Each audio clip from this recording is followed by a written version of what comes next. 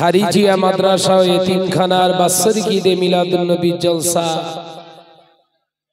নির্বাচিত সম্মানীয় সভাপতি সাহেব, খাস করে দরবারে ফুরফা শরীফ থেকে আগত আওলাদ মুজাদ্দিদুজ্জামান জনাব ভাইজান হুজুর কিবলা, আল্লাহ পাকের দরবারে জানাই লাখো কোটি শুকরিয়া যে আল্লাহ পাক দুনিয়ার সমস্ত খারাপিয়াত থেকে আমাদেরকে হেফাজত করে তার একটি পাক মজলিসে মুজমাতে আল্লাহ আমাদেরকে একত্রিত হওয়ার সুযোগ দান করেছেন। সে মহান স্রষ্টা রব্বুল আলামিনের দরবারে কালিমাতুশ শুকর আদায় করে একবার প্রাণ খুলে পড়ি আলহামদুলিল্লাহ। একবার জোরে বলেন আলহামদুলিল্লাহ। মাদ্রাসার ছাত্ররা কোথা? অনেকগুলো ছাত্র, তো তারা সব কই? তাদেরকে সব এখানে বসিয়ে দাও। মাদ্রাসার ছাত্রগুলোকে এখানে তো বসাতে হবে। সালাতু সালাম জানায় বিশ্বনবীর দরবারে, যে নবী সৃষ্টি না হলে আমার আল্লাহ কুল কায়নাতকে সৃষ্টি করতেন না। জোরে বলুন সুবহানাল্লাহ। আর জোরে বলবেন না সুবহানাল্লাহ। সেই হাবিবের প্রতি জানায় লাখো কোটি দরুদ ও সালাম। উচ্চ আওয়াজে পড়ি সাল্লাল্লাহু আলাইহি ওয়াসাল্লাম। আসবেন ভাইজান হুজুর, মুক্তাছার দু চারটি কথা মুক্তাছার আলোচনা করে রেখে যায়। আমার বিশেষত এই মাদ্রাসার পরিচালক ডাইরেক্টর জনাব হযরত মাওলানা শরীফুল ভাই আমার বড় মেহনত করে পরিশ্রম করে প্রতিষ্ঠানটা চালাচ্ছেন, এবং অন্যান্য সব সহযোগী ভাইরা রয়েছেন। তাদের আপ্রাণ চেষ্টায় সহযোগিতায় গ্রামবাসীদের অক্লান্ত পরিশ্রম এবং সহযোগিতায় আজকে এই প্রতিষ্ঠানটা আল্লাহ চালিয়ে নিচ্ছেন। আল্লাহ পাক এই প্রতিষ্ঠানকে কবুল করুন, বলুন আল্লাহুম্মা আমিন। আর জোরে বলি আল্লাহুম্মা আমিন। আজকে মুসলিম সমাজের সবথেকে বড় অভাব দেখা দিয়েছে আমাদের আদর্শ। আমাদের ঘরের ছেলেরা মাদ্রাসায় পড়াশোনা করছে, আমাদের ঘরের ছেলেরা বিভিন্ন প্রতিষ্ঠানে পড়াশোনা করছে, কিন্তু তাদের চাল চলন কৃষ্টি কালচার মাদ্রাসার ছাত্র বলে মনে হয় না। আল্লাহ শুকর, আমি কয়েকবার এসেছি এই মাদ্রাসায়। বাচ্চাগুলোকে যেভাবে তৈরি করছে আল্লাহ পাক তাদেরকে কবুল করেন। মুজাদ্দিদুজ্জামান দাদা পীর সাহেব কিবলা রাহমাতুল্লাহ নীতি আদর্শের উপরে আল্লাহ এদেরকে তৈরি করার তৌফিক দান করেন, বলুন আল্লাহুম্মা আমিন। এই খেদমত সাদগায়ে জারিয়া সিলসিলায়ে ফুরফা শরীফে মুজাদ্দিদুজ্জামানের বহু প্রতিষ্ঠান, শয়ে শয়ে প্রতিষ্ঠান বাংলার জমিনে আছে, ঐতিহ্যের সঙ্গে চলছে, খুব সুনামের সঙ্গে আল্লাহ চালিয়ে নিচ্ছে। কিছু কিছু নতুন নতুন প্রতিষ্ঠান হচ্ছে, আলহামদুলিল্লাহ, ভালো জিনিস। এই প্রতিষ্ঠানগুলোকে খেয়াল রাখা আমাদের দরকার, সার্বিকভাবে সহযোগিতা করার দরকার। আজকে এত সুন্দর একটা মাজলিস, গ্রামবাসী ভাইরা কোথায়? তাদের তো আসার দরকার ছিল আগে। মাজলিসে তারা যদি এসে বসতো এই প্যান্ডেলে জায়গা দিতে পারা যেত না, কিন্তু তাদেরকেও দেখতে পাওয়া যাচ্ছে না। খুব একটা কাজ আছে জানি, বছরে একটা দিন অন্তত আপনারা এই দিনটা আপনারা কাজটা বাকি রেখে ব্যতি রেখে আপনারা অন্তত এখানে এসে বসুন। কোরআন পাকের ভিতরে আল্লাহ পাক জানিয়েছে, ইকরা বিসমি রাব্বিকাল্লাযী খলাক। আমার আল্লাহ পাক রব্বুল আলামিন জানিয়েছে, পড়লে শুধু হবে না, আল্লাহওয়ালা হতে গেলে আল্লাহর নামে শুরু করতে হবে, আল্লাহর নামে পড়তে হবে। দুনিয়া জমিনে ইংরেজি শিক্ষা আছে, আমরা দুনিয়া জমিনে দেখতে পাচ্ছি বাংলা ইতিহাস অনার্স নিয়ে ছেলেরা মেয়েরা পড়াশোনা করছে, ইংরেজিতে অনার্স, ম্যাথে, সায়েন্সে, আর্টসে, কমার্সে সব বড় বড় ছাত্ররা তৈরি হচ্ছে, সায়েন্স নিয়ে পড়ছে, কিন্তু আদর্শ নেই। আদর্শ না থাকার কারণ আদর্শ শিক্ষার অভাব। আল্লাহ পাক ওই জন্য বললেন আদর্শ শিক্ষা দাও। এই আদর্শ শিক্ষা পাওয়া যায় আল্লাহর নামে, যে শিক্ষাটা শুরু হয়। একবার জোরে বলো সুবহানাল্লাহ। এই জওয়ান ছেলেরা জোরে হবে না সুবহানাল্লাহ? আল্লাহর দরবারে সেই গ্যারান্টেড হবে, তার আল্লাহ পাক কবুল করবে যার কাজ কর্ম চলাফেরা খাওয়া দাওয়া ওঠা বসা সব আল্লাহর জন্য হবে। আজকে ঘরের ছেলেরা ডাক্তার হচ্ছে, ইঞ্জিনিয়ার হচ্ছে, বড় বড় লয়ার হচ্ছে, বড় বড় আপনার এমনি করে পাইলট হচ্ছে হোক। ইসলাম চাই তারা যে কোনো কাজের সঙ্গে নিয়োজিত যুক্ত হোক, কিন্তু শরিয়াতকে জবাই করে নয়, শরিয়াতকে জবাই করে নয়। শরিয়াতে শিক্ষা পাওয়া যায় মাদ্রাসাতে। মাদ্রাসাতে ঘরের ছেলেদেরকে পড়াবেন। ঘরের ছেলেরা যদি ওই মাদ্রাসার শিক্ষায় শিক্ষিত হয়, কোরআনের জ্ঞান হাদিসের জ্ঞান ওর ভিতরে প্রতিষ্ঠিত হবে, ও নিজের আল্লাহকে প্রভুকে চিনতে পারবে। শুধু নিজের প্রভু আল্লাহকে চিনতে পারবে না, তার নেতা তার অনুসরণ করলে জীবন আদর্শিত হওয়া যাবে। সেই নবী মুহাম্মদুর রাসূলুল্লাহকে সাল্লাল্লাহু আলাইহি ওয়াসাল্লামের আদর্শ সম্পর্কে জানতে পারবে। শুধু তাই নয়, একজন প্রতিবেশীর প্রতি কেমন দৃষ্টিতে চেয়ে থাকা দরকার, তার সহানুভূতি কতটা দরকার, সে হিন্দু হোক কিংবা মুসলিম হোক, আপনার বেধর্মী হোক বা নিজের সধর্মী হোক, সেটা দেখার নয়। ইসলামী আদর্শ শিক্ষায় শিক্ষিত হলে তাদের ভিতরে আর অস্পৃশ্যতা থাকবে না। আদর্শ শিক্ষায় শিক্ষিত হলে কখনো অন্যায় ভাবে মানুষকে গালি দেবে না। যদি আদর্শ শিক্ষায় শিক্ষিত হয়, কোনদিন অন্যায় রাহাজানিতে নিয়োজিত হবে না। ওই জন্য আল্লাহ পাক রব্বুল আলামিন জানিয়েছে, বান্দা পড়তে গেলে আমি আল্লাহ আমার নামে তোমরা পড়ো, কারণ আমার নামে যদি তোমরা পড়বে, আমি আল্লাহ পাক আমার নামে যদি তোমরা পড়ো, আমি আল্লাহ আমার নামে এই জন্য তোমরা পড়বে, আমি তামাম কায়নাতের মালিক, সমস্ত কিছু আমি আল্লাহ পাকের মালিক, সমস্ত জমিন আসমান তামাম কায়নাতের অধিপতি আমি আল্লাহ। তাই আমার নামে তোমরা যদি পড়ো, আমার ভয় তোমাদের ভিতরে প্রতিষ্ঠিত হবে। আমার ভয় তোমাদের ভিতরে যদি হয়ে যায়, আমার ভয়টা তোমাদের ভিতরে যদি হয়ে যায়, তাহলে পৃথিবীর জমিনে অন্যায় ভাবে কোনো মানুষকে তোমরা গালি দিতে পারবে না। অন্যায় ভাবে কোনো মানুষের ধন সম্পদ আপনার এমনি করে আত্মসাৎ করতে পারবে না।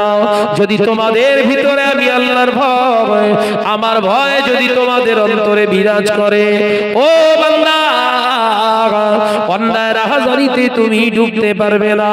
কারণ তোমার যখন আমি আমাকে যখন রব বলে স্বীকার করে নেবে, আমি আল্লাহর ভয় তোমার ভিতরে থাকবে, তুমি আমি আল্লাহকে এক বলে মানার কারণে বিশ্বাস তোমার ভিতরে তৈরি হবে। আমার আল্লাহ সব কিছুই দেখতে পায়। জোরে বলুন সুবহানাল্লাহ। সব কিছু আল্লাহ দেখতে পায়। অর্থাৎ আল্লাহর ভয় অন্তরে আপনার প্রতিষ্ঠিত হলে আপনি তখন দেখতে পাবেন রবের নামে আপনি যে শিক্ষা গ্রহণ করেছেন, প্রতিটা জায়গায় আপনি আল্লাহকে মেনে চলছেন, ভয় করে চলছেন। আর এটা যদি আমাদের ভিতরে থাকে, আমরা অপরের সম্পদ, টাকা পয়সা, ধন সম্পদ নিজেদের কখনো আত্মসাৎ করতে পারবো? ওটার হবে না, ওটার হবে না। আত্মসাৎ করা তো দূরের কথা, পরের সম্পত্তি আমাদের কাছে আমানত বলে মনে হবে। বলুন সুবহানাল্লাহ। আর এটা না থাকার কারণে, এই আদর্শ শিক্ষা আমাদের ঘরের ছেলেদের মেয়েদের ভিতরে না থাকার কারণে পরের সম্পত্তি নিজের ভাবি, আমরা নিজে ইচ্ছা মতো খরচ করি, নিজে ইচ্ছা মতো চালাই। এগুলো যদি আমাদের ভিতরে না থাকে, তাহলে অচিরেই আমরা ধ্বংসপ্রাপ্ত হব। বিশ্বনবী সরকারে দু আলম হুজুর পাক সাল্লাল্লাহু আলাইহি ওয়াসাল্লাম বলেছেন, যে জাতির আমানত থাকে না, যে জাতির কাছে অন্য জাতি কখনো নিরাপদ থাকে না, ওই জাতিটাই কখনো নিরাপদ থাকতে পারে না। আজকে গোটা ভারতবর্ষ ব্যাপী আমরা মুসলমানদেরকে ফাঁসানোর জন্য এসআইআর করা হচ্ছে। আমরা দেখেছি আসামে এনআরসি করা হলো। এনআরসি নামে তাদের টার্গেট ছিল মোল্লা তাড়ানো, কিন্তু আল্লাহর শুকর, সেখানে মোল্লা যতটা না আপনার বাস্তুচ্যুত হয়েছে, তার থেকে বেশি অমুসলিম ভাইদেরকে শেষ করা হয়েছে। ঠিক তদ্রূপ বিহারে এসআইআর করা হলো। এসআইআর এর ফুল ফর্ম কি? Special intensive revision. Special intensive revision মানে আপনি প্রকৃতপক্ষে ভোটার কিনা, দেশের অরিজিনাল সিটিজেন নাগরিক কিনা, সেটাকে যাচাই বাছাই চলছে। মূল উদ্দেশ্য কি? বিহার তার ক্লিয়ার রেজাল্ট। উদ্দেশ্য হচ্ছে মুসলমানদেরকে খেদানো, তাড়ানো, তাদেরকে ডি ভোটার করে দেওয়া। কিন্তু আল্লাহর শকর দেখেন, বিহারে 65,77,000 মানুষ বাদ গেছে। তার ভিতরে 54 লক্ষ, প্রায় 37,000 অমুসলিম ভাইদের নাম বাদ পড়েছে। ভাষাতে চেয়েছিল মোল্লা, কেটে গেছে কল্লা। কথা বুঝছেন না? এই বাংলার জমিনে এসআইআর হচ্ছে, অসুবিধা নাই। কারণ এই বাংলার জমিনে আমরা যারা মুসলমান আছি, বসবাস করি, আমরা উড়ে এসে জুড়ে বসি। আমাদের বাপ দাদু 4 পিঢ়ি, 5 পিঢ়ি, 6 পিঢ়ি, 8 পিঢ়ি, ও খেয়াল করলে কবরস্থানে তাদের সব পাওয়া যাবে। কথা ঠিক না ভুল জোরে বলে? অর্থাৎ এসআইআর এনআরসি নিয়ে আমরা চিন্তিত নই। দেখবেন যত মানুষ এখানে বাদ যাবে এসআইআর এ আওতাভুক্ত হয়ে, যত মানুষের নাম বাদ গেছে ভোটার তালিকা থেকে, 1 কোটি গেলে 90 থেকে 95 লক্ষ অমুসলিম ভাইদের নাম বাদ যাবে এই বাংলায়। মিলিয়ে নেবেন, কারণ এখন থেকেই তার রেজাল্ট পাচ্ছি আমরা। অমুসলিম ভাই নমশুদ্ধ যে সমস্ত আমাদের মতুয়া ভাইরা বসবাস করে ওপার থেকে এসে এখানে, তাদের তো কিছুই নেই। গ্রাম কি গ্রাম খালি হয়ে যাবে, ডি ভোটার হয়ে যাবে। ও বলছে সিএএ আওতায় সব আমরা ভোটার বানিয়ে দেবো, নাগরিক দেবো, সব মিথ্যা কথা। হাইকোর্ট পরিষ্কার জানিয়ে দিয়েছে সব কোনো চান্স নেই। আমাদের স্বরাষ্ট্রমন্ত্রী, হোম মিনিস্টার বলে দিয়েছে, অমিত শাহ, অরিজিনাল সিটিজেন ছাড়া কারোর অধিকার রাখা হবে না। তার মানে কি ইঙ্গিত দিয়েছে বুঝতে পেরেছেন তো? অর্থাৎ সব থেকে বিপদে আছে নমশুদ্ধ অমুসলিম ভাইরা, মতুয়া ভাইরা, সিএসটিসি যে সমস্ত আদিবাসী ভাইরা, এরাই সব থেকে বিপদে আছে। তাই এদের বিপদে সবসময় পাশে আমাদের দাঁড়াতে হবে। আমাদের আদর্শ শিক্ষা এটা শেখায়, কোরআন হাদিস এইটা আমাদেরকে শেখায়। আজকে মাদ্রাসা তুলে দেওয়ার বিভিন্ন রকমের পায়তারা চলছে। আসাম রাজ্যে হিমন্ত বিশ্ব শর্মা একটা জালিয়াত বেয়াদব 1 নম্বরের শয়তান মার্কা, তার টার্গেট হচ্ছে মোল্লা খেদানো। সে বিভিন্ন জায়গায় মসজিদ মাদ্রাসাগুলোকে সব বাজেয়াপ্ত করছে, বহু মাদ্রাসা বন্ধ করে দিয়েছে। আপনাদের জানা আছে কিনা জানি না, উত্তরপ্রদেশে যোগী আদিত্যনাথ ও বিয়াদবটাও কিছু না হলেও প্রায় 350 মাদ্রাসা সিল করে দিয়েছিল। দেহবন্দের আলেমেরা একত্রিত হয়ে কেস চালিয়ে 230টার মতো মাদ্রাসা আবার ওপেন করতে পেরেছে। বলুন সুবহানাল্লাহ। তা মূল টার্গেট হচ্ছে কিন্তু মোল্লা। দুনিয়ার কোন নেতা মন্ত্রীর ভরসা করবেন, আপনাকে গর্তই ফেলে দিয়ে চাপা দিয়ে দেবে। তাই দুনিয়ার কোন নেতা মন্ত্রীর উপরে ভরসা নাই। জমিনের মালিক যিনি, তার উপরে ভরসা করে চলুন। আসমানের মালিক যিনি, আরশের মালিক যিনি, চন্দ্র সূর্যের মালিক যিনি, আমাদের অক্সিজেনের মালিক যিনি, আমাদের জানের মালিক যিনি, সেই মহান রব্বুল আলামিনের উপরে পূর্ণ বিশ্বাস রেখে চলুন।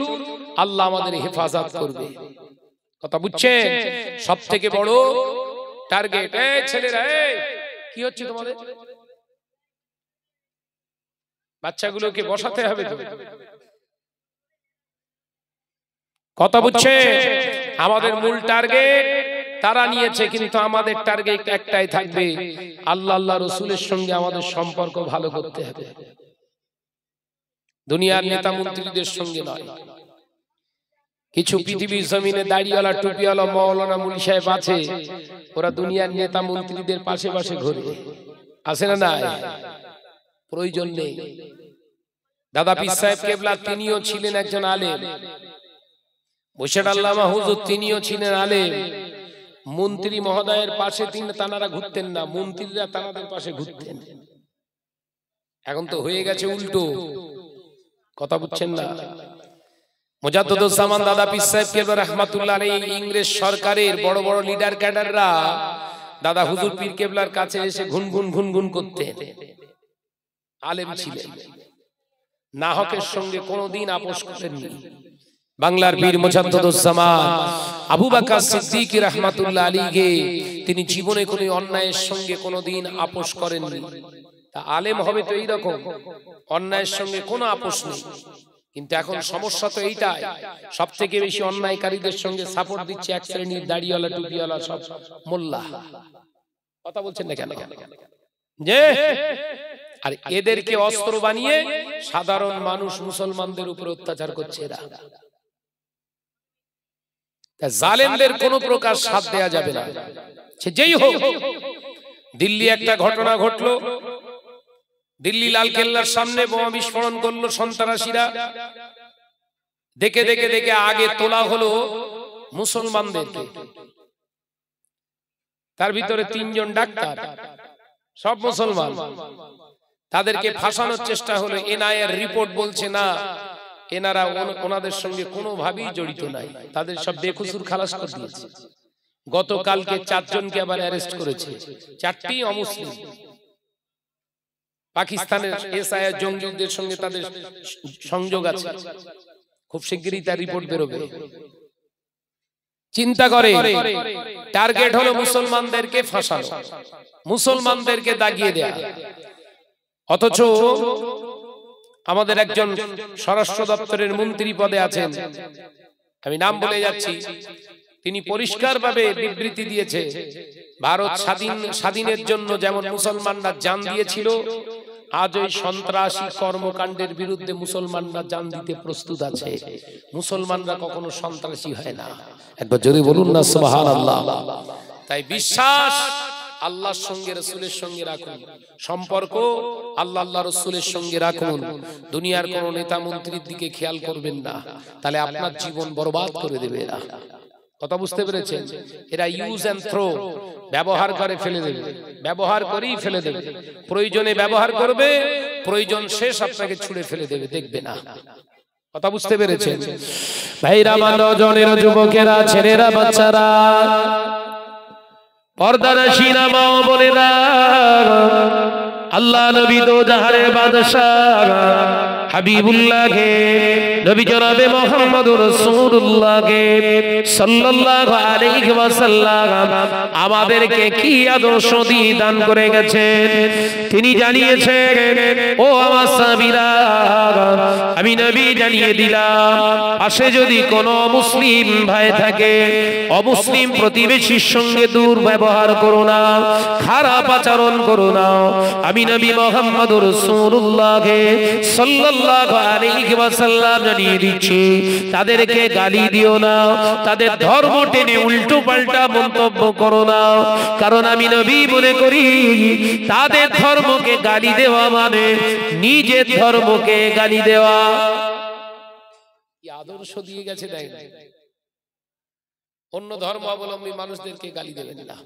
ওই জন্য সময় সময় আমি মাঝে মাঝে দেখবেন লাইভে আসি, আমার ফেসবুক পেজ থেকে আমি লাইভে আসি। এই দিল্লির কাণ্ডটা নিয়ে আমি লাইভে এসেছিলাম। সন্ত্রাসী কর্মকাণ্ড যারা করে, এদের কোনো ধর্ম নেই।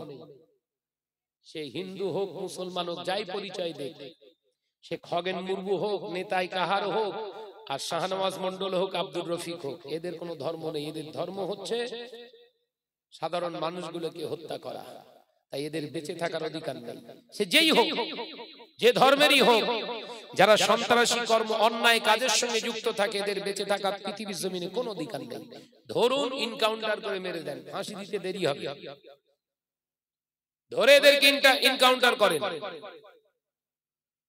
ইসলামের সঙ্গে কোনো যোগ সাজেশ নেই, নামটা মুসলমান ব্যবহার করছে ইসলামকে বদনাম করে দেওয়ার জন্য। বিশ্বনবী সরকার দো আলম হুজুর আকরাম সাল্লাল্লাহু আলাইহি ওয়াসাল্লাম, দয়ার নবী রাহমাতাল লিল আলামিন, যেদিন ফতে মক্কা করেছিলেন আল্লাহ নবী ফতে মক্কা দিনেতে সাহাবায়ে কেরামদের নিয়ে গোটা মক্কার জমিনটা ঘিরে ফেলেছিলেন। আল্লাহ নবী সাহাবীরা সকলে উদ্যক্ত হয়েছিলেন নিজেদের তলোয়ারটাকে খাপ থেকে বের করা। আল্লাহ নবী বাইতুল্লাহ শরীফের পাশে দাঁড়িয়ে বলেছিলেন, ও আমার সাহাবীরা, মুসলমান ভাইরা, খবরদার খাপ থেকে তলোয়ার বার করবে না। প্রতিশোধ নেওয়ার জন্য আমরা এখানে আসিনি। আমরা জানি এদের কাছে আমরা নির্যাতিত হয়েছি, এদের কাছে আমরা নিষ্পেষিত হয়েছি। আমার অনেক সহচরদেরকে এরা হত্যা করেছে। আমি রাসূল পাক সাল্লাল্লাহু আলাইহি ওয়াসাল্লাম আজকে ইচ্ছা করলে এদেরকেও শেষ করে দিতে পারি, কিন্তু না না না, আল্লাহর খানায় কাবাকে আমি সাক্ষী রেখে বলছি, ও আমার সাহাবীরা, আমি মুহাম্মদুর রাসূলুল্লাহকে সাল্লাল্লাহু আলাইহি ওয়াসাল্লাম বলছি, এদের সব অপরাধগুলো জুলুমগুলোকে আমি মুহাম্মদুর রাসূলুল্লাহ সাল্লাল্লাহু আলাইহি ওয়াসাল্লাম আল্লাহর রাস্তে maaf করে দিলাম। জোরে বলুন সুবহানাল্লাহ। আবু সুফিয়ান, উতবা, শাইবা, উমাইয়া ইবনে খালফ, হিন্দা, এরা সব অহেসি, এরা সব দেখেছিলেন রাসূল পাক সাল্লাল্লাহু আলাইহি ওয়াসাল্লামের আদর্শ। সেদিন আবু সুফিয়ান থাকতে পারেনি, ঘরের দরজা খুলতে বলেছিলেন, বিবি হিন্দা দরজা খোলো, আর থাকা যাবে না, খোলো দরজা, খোলো নইলে আমি খুলছি। আবু সুফিয়ান ঘরের দরজা খুলে হিন্দা, ওয়াহশী আর এই আবু সুফিয়ান, এই তিনজন এসে রাসূলুল্লাহর দরবারের সামনে এসে দাঁড়িয়ে পড়েছিলেন। একবার জোরে বলুন সুবহানাল্লাহ। আল্লাহ নবীর কাছে এসে মাথা নত করে বলেছিলেন, ও নবী মুহাম্মদ সাল্লাল্লাহু আলাইহি ওয়াসাল্লাম, ইসলামকে মিটিয়ে দেওয়ার জন্য, দিনকে শেষ করে দেওয়ার জন্য আমি অনেক চেষ্টা করেছি, সংঘবদ্ধ হয়েছি। শুধু তাই নয়, আমি বহু যুদ্ধের সেনাপতি হিসাবে নিযুক্ত হয়েছি। ও নবী মুহাম্মদ সাল্লাল্লাহু আলাইহি ওয়াসাল্লাম, আজকে ফতে মক্কা করলেন, মক্কা বিজয় করলেন, কি দেখলাম, কি পেলাম? না না না, আমাদের লিডার ক্যাডারেরা সব দুনিয়া থেকে শেষ হয়ে গিয়েছে। আমি আবু সুফিয়ান যাদের কথা সাথ দিয়ে লড়াই করেছিলাম আপনার বিরুদ্ধে ইসলামকে মিটিয়ে দেওয়ার জন্য, আজকে তারা মিটে গিয়েছে। আজকে সব মহিমা কাবার পাশে আপনি দাঁড়িয়ে আছেন সঙ্গীদের নিয়ে। একবার জোরে বলুন না সুবহানাল্লাহ। আজকে সব মহিমায় আপনি দাঁড়িয়ে রয়েছেন। ও হযরত মুহাম্মদ সাল্লাল্লাহু আলাইহি ওয়াসাল্লাম, তাই আর দেরি নয়, বাতিলের হয়ে যে তলোয়ারটা তুলেছিলাম আমি আবু সুফিয়ান, বাতিলের হয়ে বাতিলের পক্ষ নিয়ে আমি যে তলোয়ারটা তুলেছিলাম, এই তলোয়ারটা আপনার কদম মোবারকে দিয়ে দিলাম। আর কখনো ন্যায়ের বিরুদ্ধে তলোয়ার উঠবে না। ও নবী মুহাম্মদ সাল্লাল্লাহু আলাইহি ওয়াসাল্লাম, আপনি পারলে আপনার ওই পবিত্র হাতটা দিয়ে আমি আবু সুফিয়ানের মতো জঘন্য মানুষকে ঈমানের কলেমা পড়ে মুসলমান বানিয়ে নিন। জোরে বলুন সুবহানাল্লাহ। আবু সুফিয়ানের চোখ দিয়ে পানির টুসা গড়িয়েছিল। আল্লাহ নবী বলেছিলেন, আবু সুফিয়ান, ও হিন্দা, ওয়াহশী, তোমরা অনেক আমার ইসলামের বীর পুরুষগুলোকে ক্ষতি করে দিয়েছো। ও আবু সুফিয়ান, ইসলামে তুমি আসতে চাইছো, কলেমা পড়তে চাইছো, বাধা দেব না, কলেমা পড়ে মুসলমান হয়ে যাও। তবে আমি মুহাম্মদুর রাসূলুল্লাহ সাল্লাল্লাহু আলাইহি ওয়াসাল্লাম তোমাদেরকে জানিয়ে দিচ্ছি, তোমরা এই তিনজন কখনো আমার সম্মুখে আসবে না। তোমরা মুসলমান হও, কিন্তু আমি মুহাম্মদুর রাসূলুল্লাহর সামনে আসবে না, কারণ তোমাদের চেহারাগুলো দেখে আমার চাচা যান আমির হামজার কথা মনে পড়ে যাবে। তোমরা ইসলাম কবুল করছো, করো, সব সময় আমার সামনে আসবে না, তোমাদের দেখলে আমার চাচা জানের কথা মনে পড়বে। আহা, উহুদের ময়দানে আমার চাচা জানকে কি করে মেরেছিলে ওয়াহশী, হিন্দা কি করে আমার চাচা জানের পিঞ্জর ফেড়ে কলিজাকে চিবিয়েছিলে, একটু বলবে? আল্লাহ রাসূলের চোখ দিয়ে টস টস টস টস করে পানি টুসা গড়াচ্ছে। এই ছেলে, এই বন্ধ কর মোবাইল, কি হচ্ছে তোর? সব মাদ্রাসায় পড়িস এরকম করছি কেন? কথা বুঝছেন না? কি করে মেরেছিলে আমার চাচা জান আবিরে হামজাকে, হানজালাকে কি করে শহীদ করেছিলে? এই দুইজন ইসলামের বীর পুরুষ, বীর সন্তানকে একটু বলবে? বিশ্বনবী চোখ দিয়ে টস টস করে পানি পড়ছে। হিন্দা বর্ণনা করছে কি করে আমি কলিজাটা চিবিয়েছিলাম। আল্লাহ নবী কাঁদছে, সাহাবায়ে কেরামরা অধীর আগ্রহে পাগলের মতো চেয়ে আছে রাসূলের দিকে। উহুদের ময়দানে হুজুরের এখনো মাজার আছে, জানেন? ৭০ জন সাহাবায়ে কেরামরা সেখানে শুয়ে আছে, ঘুমাচ্ছে। একবার জোরে বলুন সুবহানাল্লাহ। এখনো উহুদের ময়দানে যারা যান, ওই উহুদের পাহাড়ের সামনেই তাদের কবরস্থ করা আছে ৭০ জন। অনেকগুলো, ৭০টা কবর না, হাতে গোনা ৭টা থেকে ৮টা কবর, তার ভিতরেই ৭০ জনের ভিতরে শোয়ানো আছে। অবাক হয়ে যাবেন বললে, যারা হাজি যায় সৎভাবে সত্যভাবে, ওই উহুদের ময়দানে গেলে একটা খুশবু তারা পায়। সবাই না বলো, ঝাড়া টাকা মারা টাকা নিয়ে যদি ওখানে হজে যায় পাবে? হারামের টাকা নিয়ে উমরা করতে গেলে পাবে? যারা হক হালালি টাকা নিয়ে সৎভাবে ওখানে যায়, এখনো পর্যন্ত উহুদের ময়দান থেকে তাদের নাকে আল্লাহ খুশবু জানিয়ে দেয়। একবার জোরে বলুন সুবহানাল্লাহ।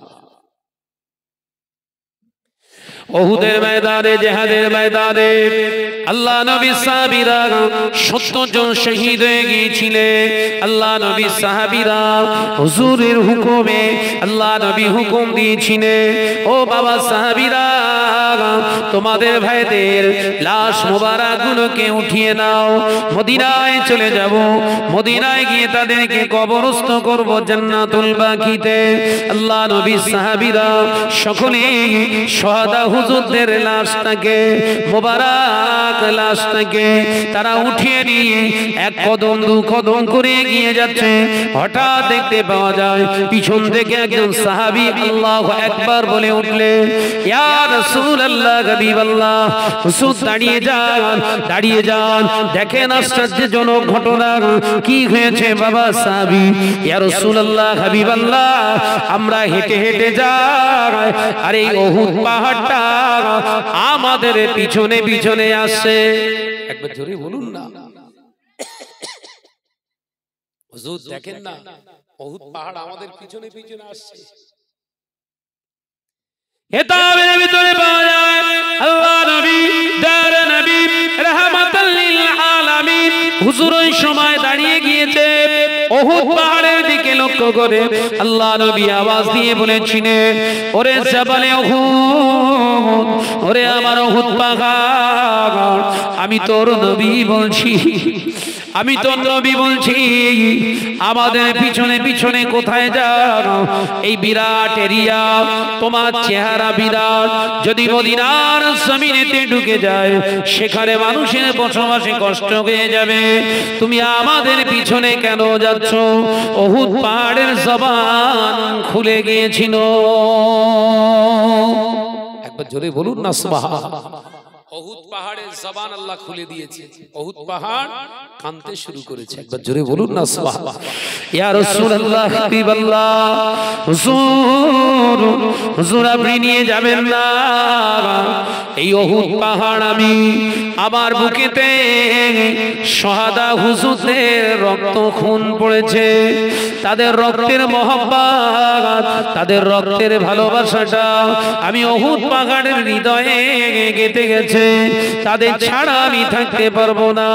ইয়া রাসূলুল্লাহ, হাবিবাল্লাহ, হুজুর একবার দয়া করে আপনি যদি একটু দয়ার নজরে তাকান, রাহমাতাল লিল আলামিন, আপনি দয়া করে যদি এই শহাদা ভাইদেরকে আমার কোলেতে দাফন করে যান, আমি আর আপনার পিছনে যাব না, এই সাথীদের নিয়ে আমি উহুদ পাহাড় ঠান্ডা হয়ে যাব। একবার জোরে বলুন না সুবহানাল্লাহ। দয়ার নবী রাহমাতাল লিল আলামিন বলেন, ও আমার সাহাবীরা, উহুদ পাহাড় আবেদন রেখেছে তোমাদের ভাইদের আর দিয়ে যাওয়া যাবে না। উহুদ পাহাড় আবেদন রেখেছে, তার আবেদনটায় সাড়া দিতে হবে। তোমরা আর ভাইদের লাশ তুলো না, বডি রেখে দাও, কবর খনন করো। পাথর কেটে কেটে কবর তৈরি করেছে। একবার জোরে বলুন না সুবহানাল্লাহ। ইয়া রাসূলুল্লাহ, 70 জন মুসলমানের কি করে আমরা কাফন দেব? কাফন তো নেই। আল্লাহ রাসূল বললেন, চিন্তা করো না, শহাদারা যে কাপড়ে মারা যায় ওইটাই তার কাফন। একবার জোরে বলুন না, একবার জোরে হবে না সুবহানাল্লাহ।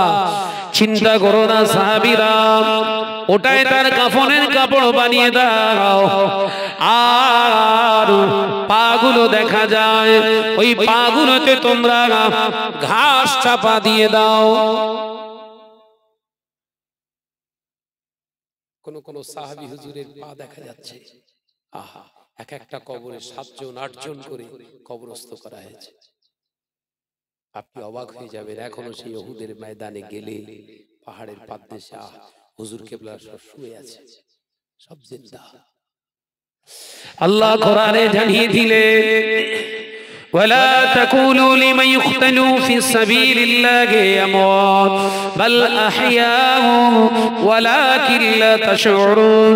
আল্লাহ পাক কোরআনে জানিয়ে দিলেন, ও নওজওয়ানেরা, যুবকেরা, ছেলেরা, বাচ্চারা, আল্লাহ কোরআনে জানিয়ে দিলেন, ওয়ালা তাকুলু, তোমরা বলো না, বলো না, বলো না, বলো না, লিমান ইউকতালু ফি সাবিলিল্লাহি আমওয়াত, আমি আল্লাহর জন্য, আল্লাহর রাস্তায় যারা জীবন দিয়েছে, মারা গিয়েছে, কথা তোমরা বলো না যে নিজেকে আমি আল্লাহর জন্য সঁপে দিয়েছে, তারা মারা যায়নি।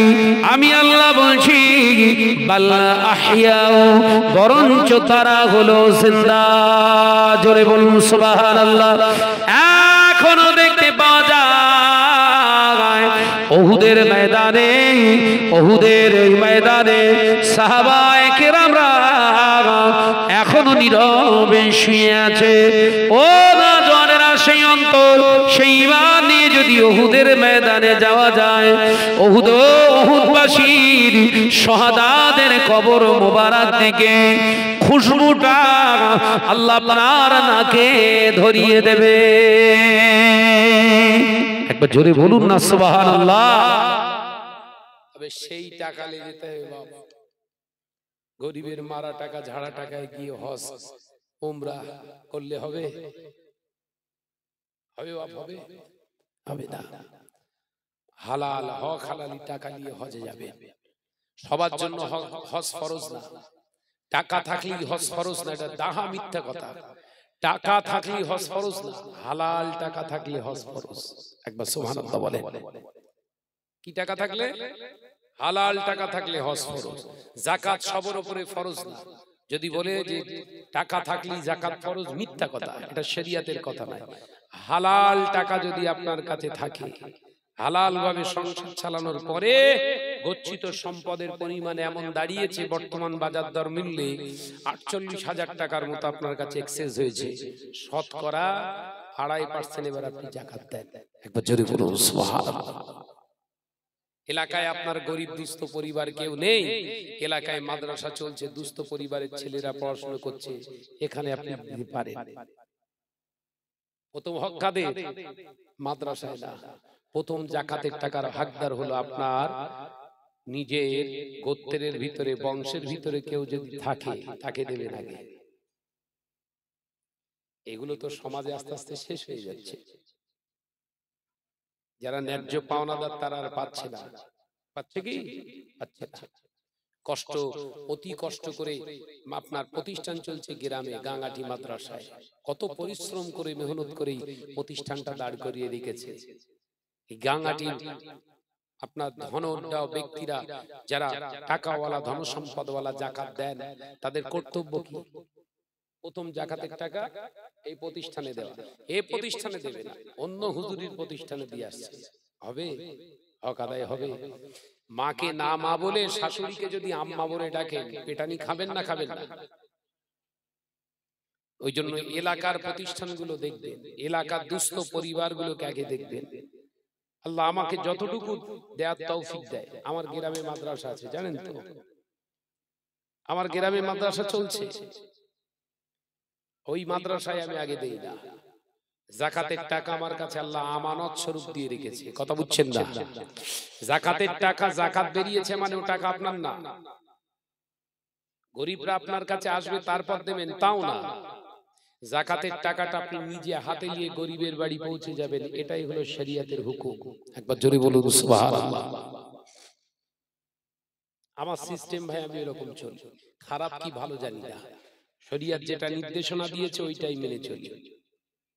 আগে আমার এলাকায় ঘুরে ঘুরে আমি দেখব, ভালো করে তালাশ নিয়ে দেখব কে যাকাতের প্রকৃত পক্ষে হকদার, যাকাত টাকা নিতে পারবে কে। খোঁজ করে করে গ্রামে তাদেরকে বার করে তাদের বাড়িতে আমি নিজে গাড়ি চালিয়ে গিয়ে সেখানে বয়ে দিয়ে আসি।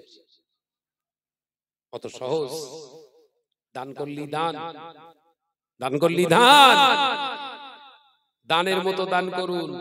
1 টাকা 1000 কোটি টাকা বানিয়ে দেবে আল্লাহ। একবার জোরে বলুন সুবহানাল্লাহ।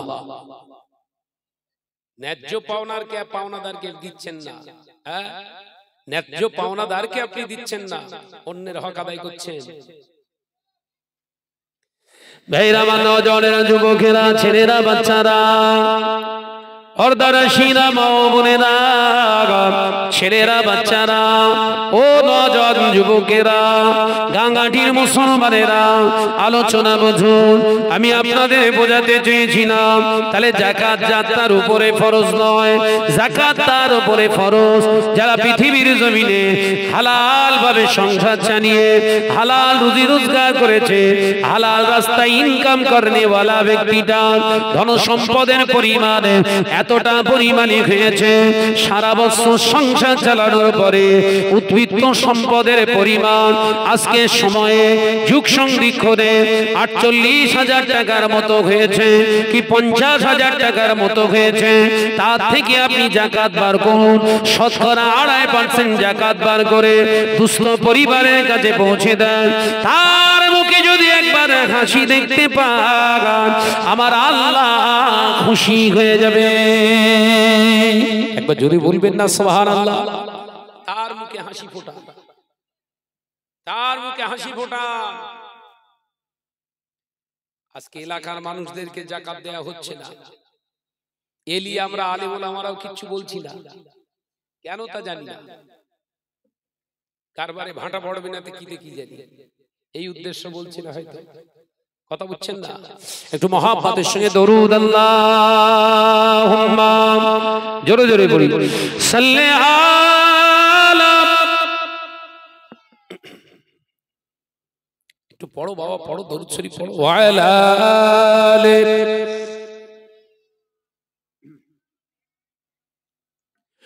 সোনার মদিনা আমার প্রাণের মদিনা, সোনার মদিনা আমার প্রাণের মদিনা, সবই ভুলিব কিন্তু তোমায় ভুলতে পারি না, সবই ভুলিব কিন্তু তোমায় ভুলতে পারি না, ভুলিনি ভুলব না ভুলতে পারি না, ভুলিনি ভুলব না ভুলতে পারি না, সবই ভুলিব কিন্তু তোমায় ভুলতে পারি না।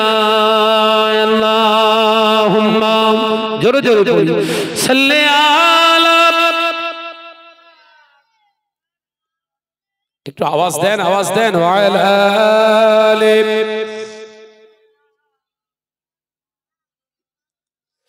ইয়াসরিব নামক তুমি ছিলে অলক্ষণের দেশ, বড়ই মারাত্মক যে ছিল তোমার পরিবেশ। ইয়াসরিব নামক তুমি ছিলে অলক্ষণের দেশ, বড়ই মারাত্মক যে ছিল তোমার পরিবেশ। নবীর ছোঁয়া লেগে তুমি সোনার মদিনা, সবই ভুলিব কিন্তু তোমায় ভুলতে পারি না। জোরে বলবেন না? একটু জোরে হবে না সুবহানাল্লাহ? আরে কি জোরে হবে না সুবহানাল্লাহ? ভুলিনি ভুলব না ভুলতে পারি না, ভুলিনি ভুলবো না, ভুলতে পারি না, সবই ভুলিব কিন্তু তোমায় ভুলতে পারি না। আল্লাহুম্মা জোরে জোরে সাল্লি আলা,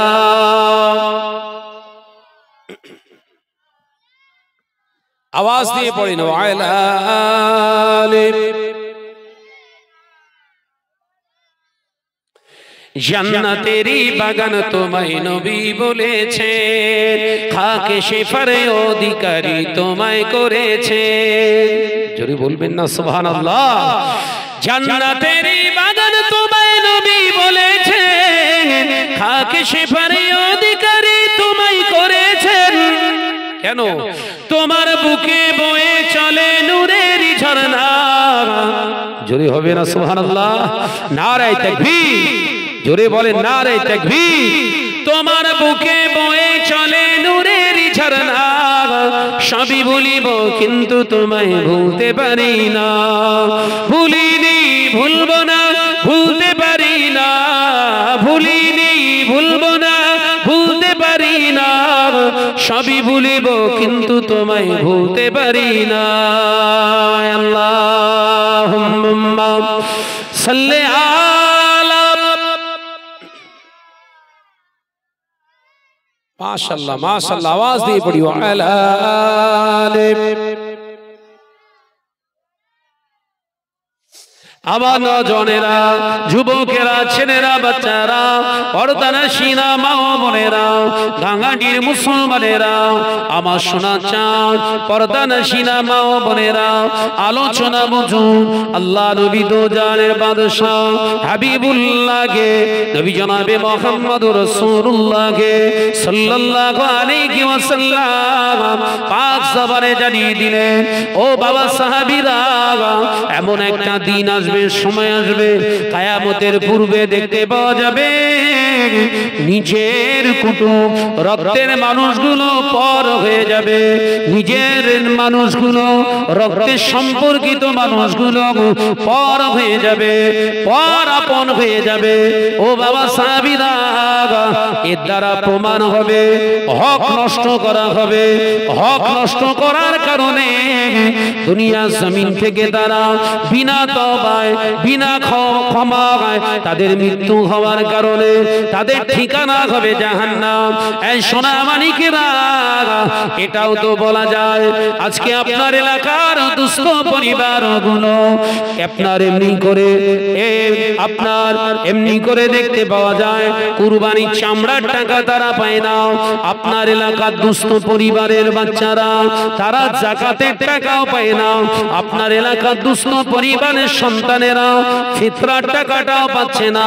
তার কারণ হলো যে যার মতো একটা করে পছন্দের হুজুর ধরে রেখেছে।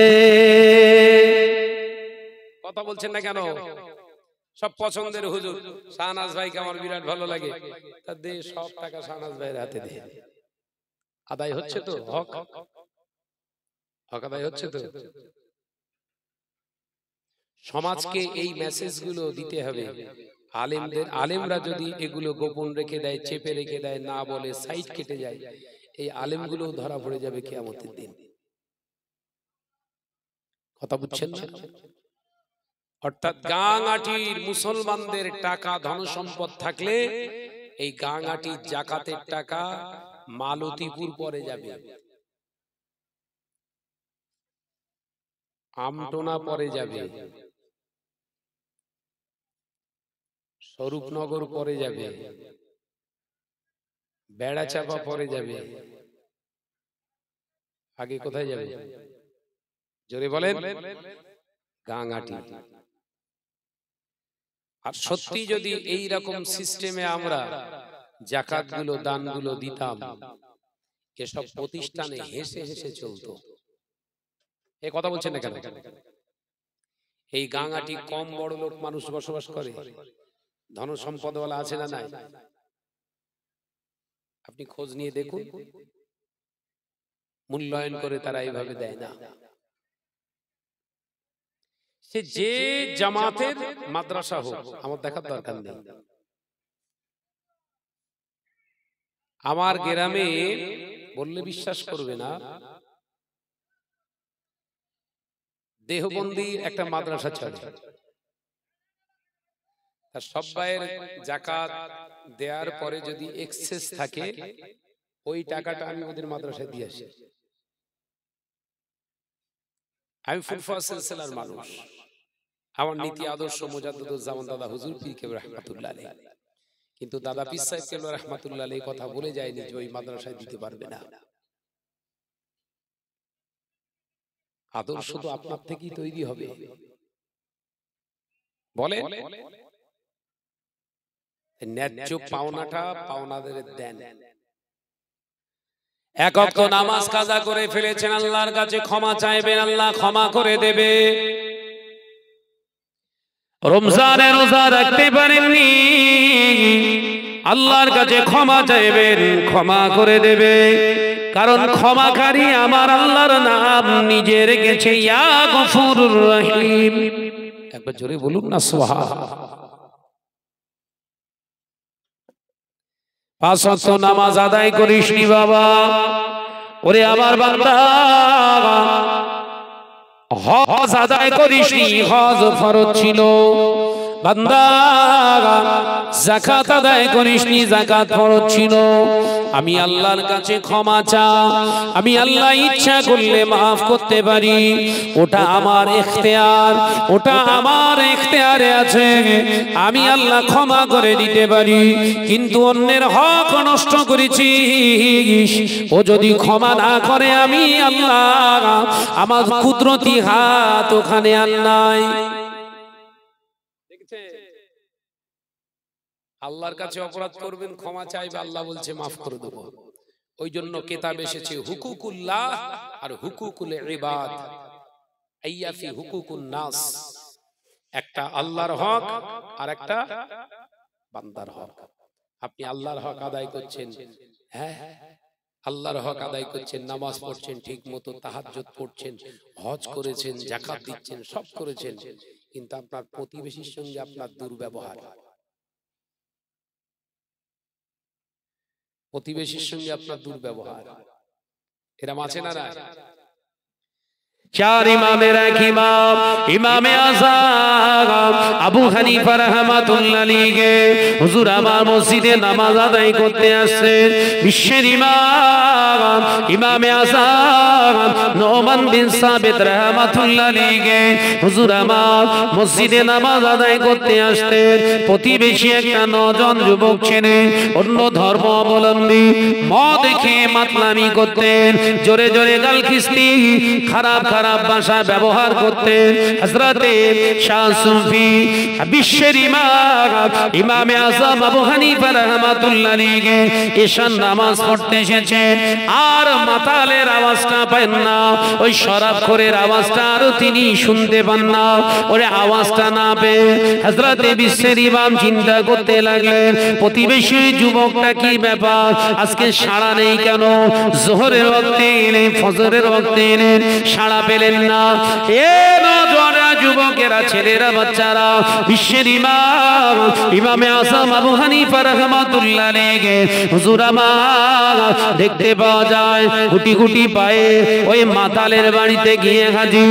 আল্লাহর ওলি বলতে লাগলেন, ও আল্লাহর বান্দা, কে আছেন ঘরে? একজন বৃদ্ধা মহিলা বেরিয়ে এলো। হ্যাঁ বলুন কি ব্যাপার? এই ঘরেতে একটা নজন যুবকের শরাব পান করত, ঝামেলা করত, চিল্লা চিল্লি করত, আজকে তার গলার আওয়াজ শুনতে পাই না। আজকে দুদিন হয়ে গেল তার গলার আওয়াজ আমি আর শুনতে পাই না। কি ব্যাপার বলেন তো? ওই মহিলা বলেছিলেন, ওটা হলো আমার ছেলে মাতলামি করেছে, মদ শরাব পান করার কারণে বাদশার দরবারে খবর চলে গিয়েছে। বাদশাহ তাদের সৈন্য পাঠিয়ে দিয়ে তাকে অ্যারেস্ট করেছে, তাকে বন্দী করে নিয়ে কয়েদখানায় রেখে দিয়েছে। আল্লাহর ওলি বললেন, না না, হতে পারে না, এমন কাজও হতে পারে না। তিনি নিজে বেরিয়ে পড়লেন, নিজে বেরিয়ে পড়ে ওই মাতালের বাড়ি থেকে নিজে রাজ দরবারে গিয়ে চলে গেলেন। তাকবীর দেন, নারায়ে তাকবীর, একবার আওয়াজ দেন না, নারায়ে তাকবীর। উঠে দাঁড়াই, সকলে উঠে দাঁড়াই, হুজুর কিবলা আসছে, তাকবীর দেন, নারায়ে তাকবীর, আর জোরে বলেন নারায়ে তাকবীর।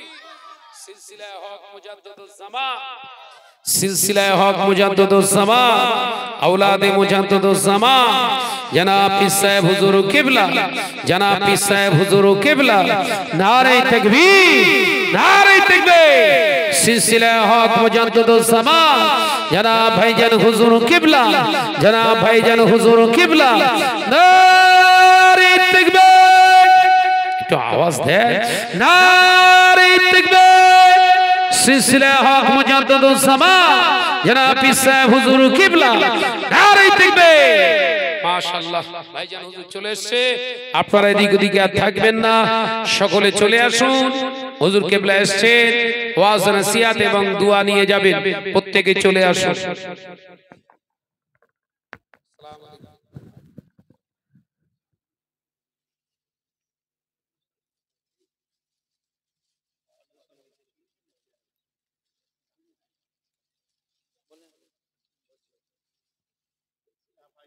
আমরা এখনো যারা এদিকে ওদিকে ঘোরাফেরা করছি, আমরা প্রত্যেকেই চলে আসি। হুজুর কেবলা এসে গিয়েছে, মঞ্চে উপস্থিত হয়েছেন, আমরা প্রত্যেকেই চলে আসি। মাদ্রাসার তরফ থেকে হুজুর কেবলাকে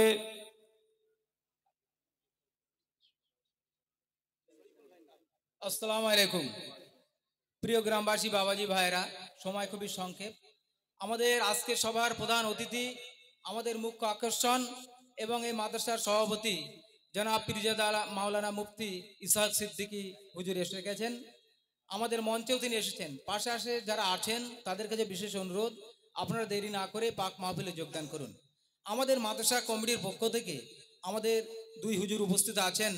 জনাব আজকের আমাদের সভার যিনি প্রধান অতিথি এবং মাদ্রাসা কমিটির সভাপতি জনাব পীরজাদা মাওলানা ইসহাক সিদ্দিক আল কুরাইশি হুজুর, তৎসহ আমাদের বিশেষ আপনজন এবং মাদ্রাসার হিতাকাঙ্ক্ষী জনাব মাওলানা শাহনওয়াজ আলম সাহেব উপস্থিত রয়েছেন। আমরা দুজনকে মাদ্রাসার পক্ষ থেকে একটা ক্ষুদ্র উপহার শাল দিয়ে একটু বরণ করছি। উপহার দিচ্ছেন আমাদের মাদ্রাসা কমিটির অন্যতম সদস্য, আজ আমাদের মাদ্রাসা কমিটির তিনিও সহসভাপতি, মাদ্রাসা কমিটির সহসভাপতি জনাব শাহনওয়াজ আলম সাহেব হুজুরকে, হুজুর ইসহাক সিদ্দিকী আল কুরাইশি সাহেবকে সংবর্ধনা জানাচ্ছে। নারায়ে তাকবীর, নারায়ে তাকবীর, নারায়ে তাকবীর। সিলসিলায়ে ফুরফুরা শরীফ, নারায়ে তাকবীর।